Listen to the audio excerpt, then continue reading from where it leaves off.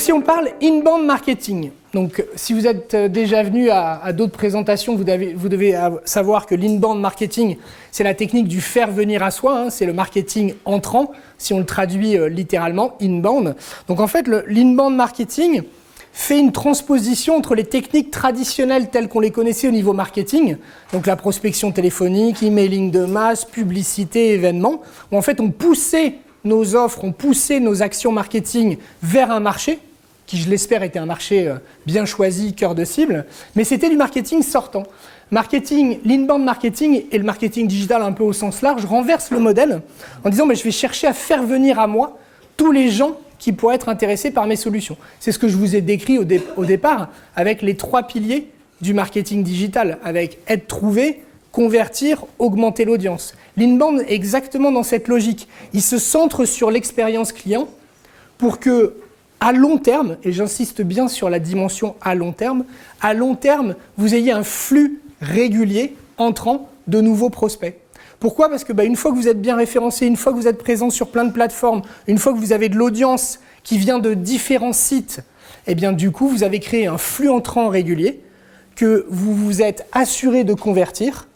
Et donc, vous n'avez plus, entre guillemets, de nouveaux investissements à faire. La différence fondamentale entre une technique d'inbound et d'outbound classique ou de publicité payante, c'est que la publicité, vous fermez le robinet, vous arrêtez de dépenser, du jour au lendemain, vous n'avez plus rien. Vous êtes dépendant. Une fois qu'en inbound, vous avez créé des canaux réguliers d'acquisition de trafic et qui fonctionnent, du coup, c'est pérenne.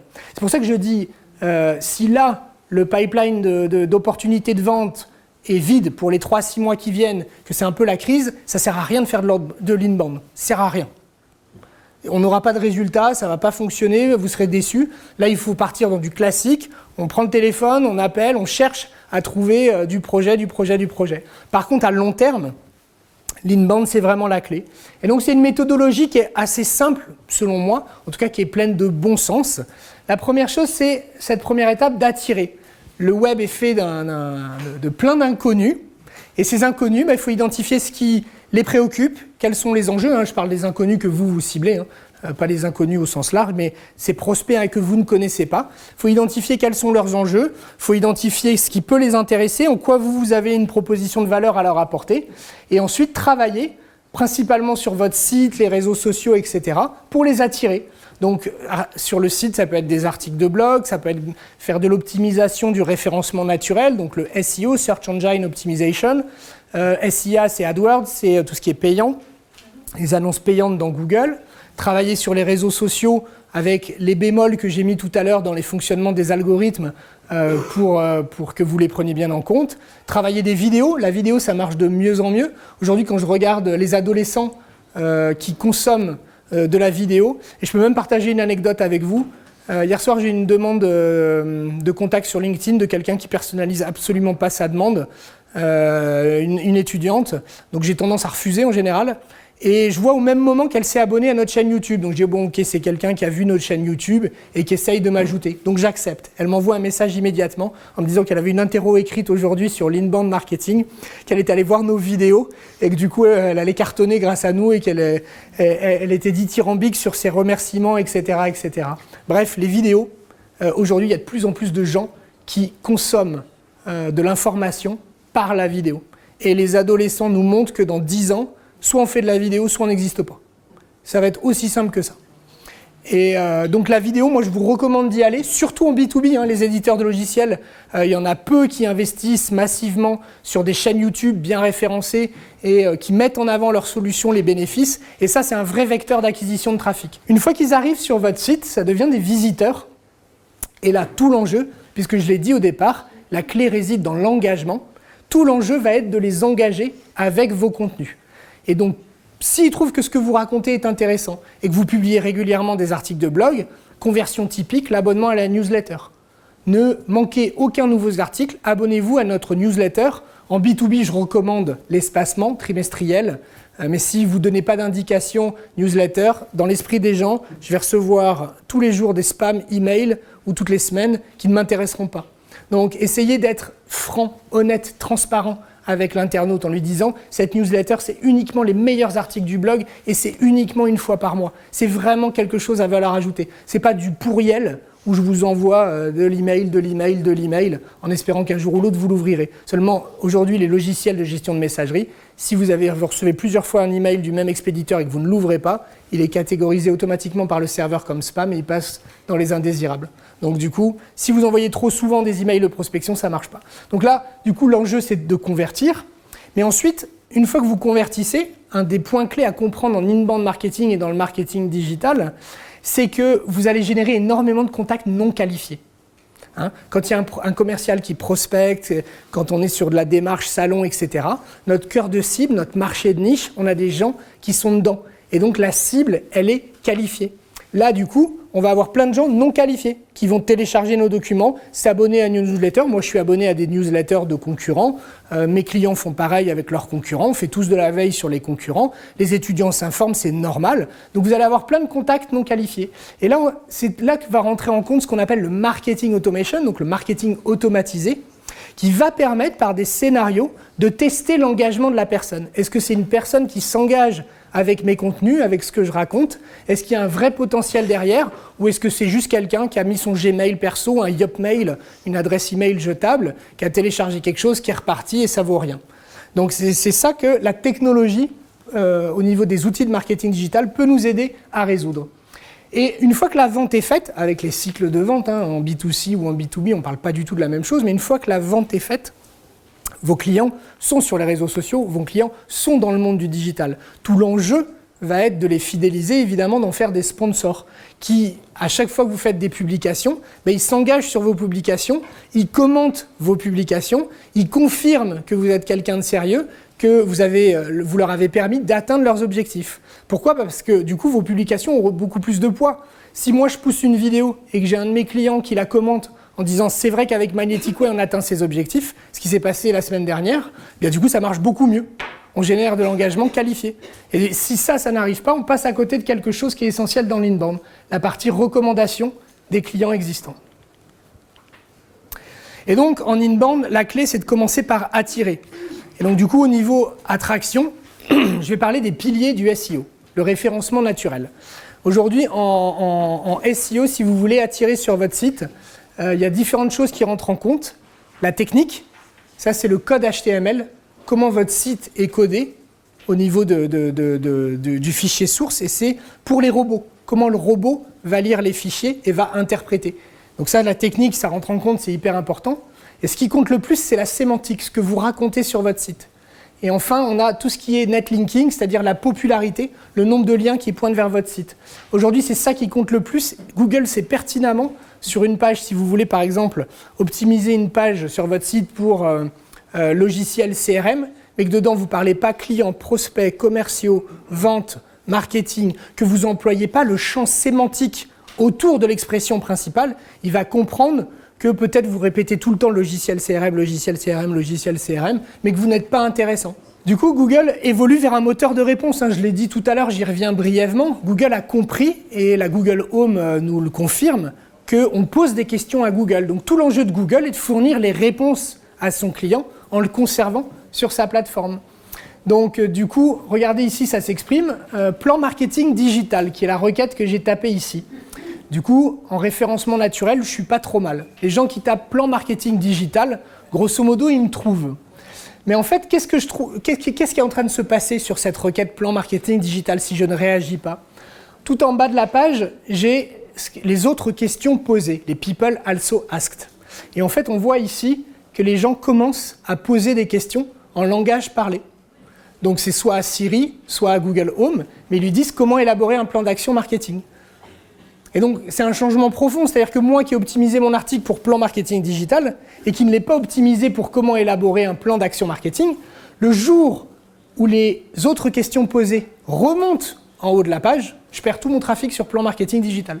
À moins que j'écrive un nouvel article de blog qui dit comment élaborer un plan d'action marketing. Parce que si je tape plan marketing digital, je dois être dans les 5 premiers. Et si je tape comment élaborer un plan d'action marketing, ça se trouve, je suis en deuxième page. Et si je suis en deuxième page, eh bien du coup, je n'ai pas de trafic. La réalité est aussi simple. Google, soit vous êtes en première page, on va dire soit vous êtes dans les 5 premiers, et là vous captez une bonne part du trafic, mais au-delà de la 5e position, ça baisse à une vitesse vertigineuse.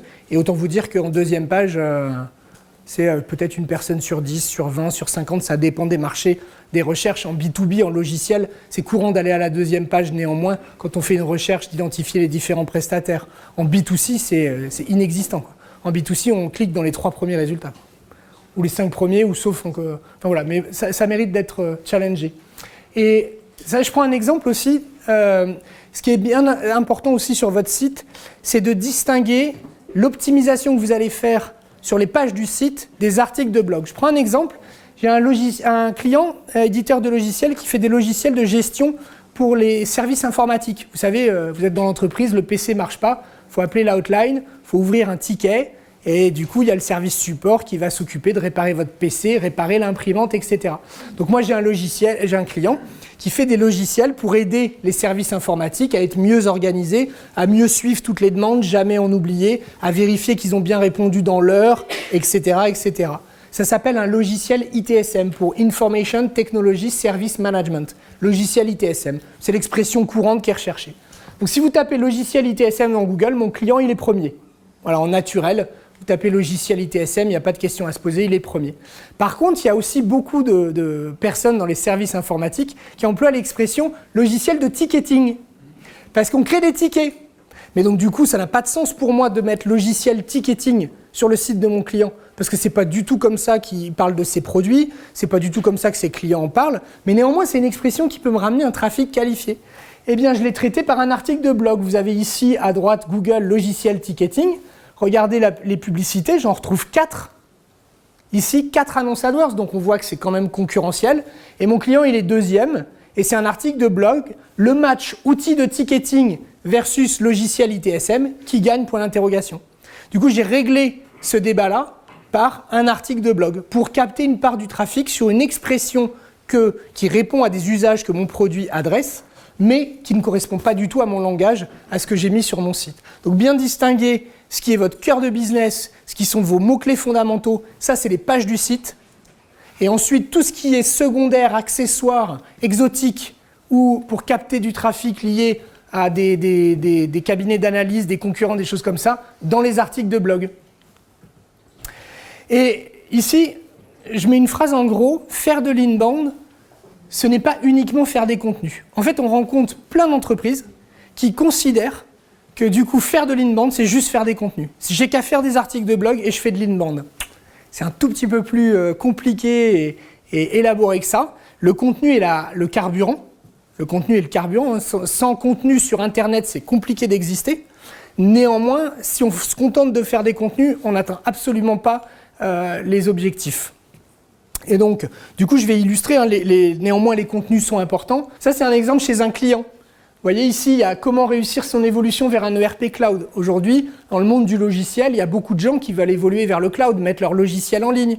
Donc du coup, nous, on a fait un article. Si vous tapez ERP cloud, ERP SaaS dans Google, c'est mon client qui va ressortir dans les 5 premiers. Mais il cherche aussi à être intéressant. Il cible le secteur des grosses ONG. Donc, qui ont besoin de logiciels de gestion au niveau mondial spécialisés pour les ONG.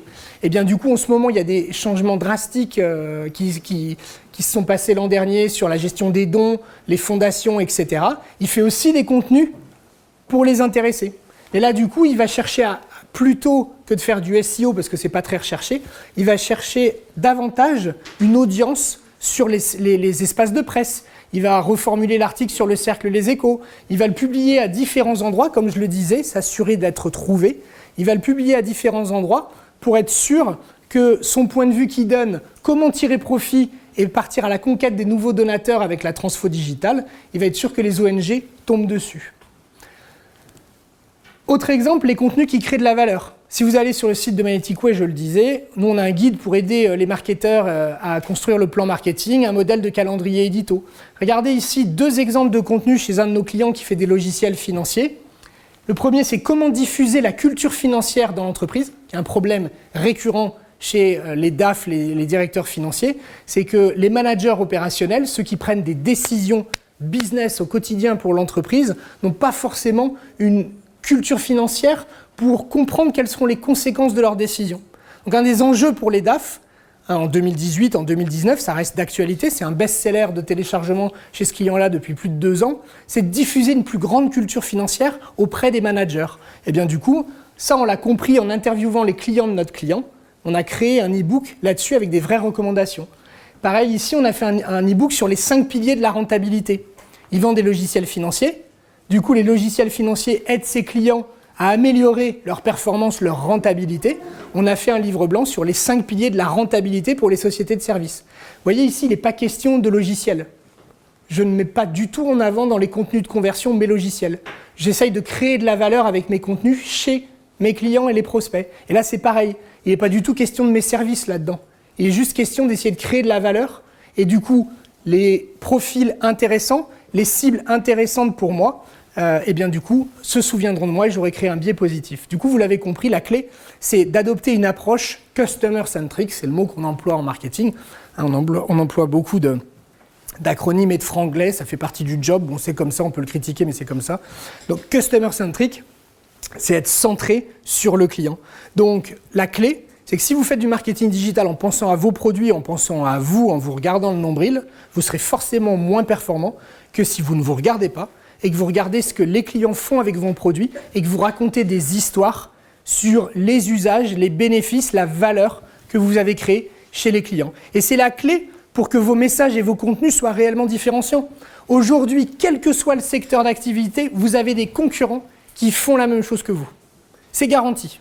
Aujourd'hui, les secteurs hyper innovants où on n'a pas encore de concurrents, ils se comptent sur les doigts de la main. On a des concurrents partout et on n'est jamais à l'abri d'un nouvel entrant qui peut faire mieux que nous. Il peut arriver vite, être bien subventionné, avoir un groupe derrière qui finance. Ils peuvent aller très vite et nous ravir des parts de marché. Donc de toute façon, la concurrence, elle est là, elle existe. On fait avec. C'est d'ailleurs simple parce qu'elle nous pousse à donner le meilleur de nous-mêmes, entre guillemets. Et donc du coup, pour que vos messages et vos contenus soient réellement différenciants, retenez qu'il faut être vraiment centré sur vos clients. Appelez les clients avant de faire des contenus. Mettez vos clients dans la boucle, demandez-leur si c'est intéressant. C'est comme ça qu'on fait des choses qui ont de la valeur. C'est pas en les faisant en vase clos, chez soi, en ne parlant que entre marketing. Allez, au mieux, on discute avec un commercial pendant une demi-heure pour savoir ce qu'il en pense. Déjà, là, on a fait un pas de géant et c'est un pas très intéressant et je le dirai en conclusion. Mais appelez vos clients, demandez-leur ce qu'ils font avec le produit, mettez en scène les produits chez vos clients.